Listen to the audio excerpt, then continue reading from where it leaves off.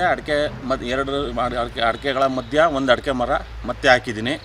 ಅಡಿಕೆ ಮರಗಳು ಚೆನ್ನಾಗಿ ಬರ್ತಾ ಇದ್ದಾವೆ. ಪ್ರತಿ ವರ್ಷವೂ ನಮಗೆ ಅಡಿಕೆ ಮರದಿಂದ ಆದಾಯ ಚೆನ್ನಾಗಿದೆ.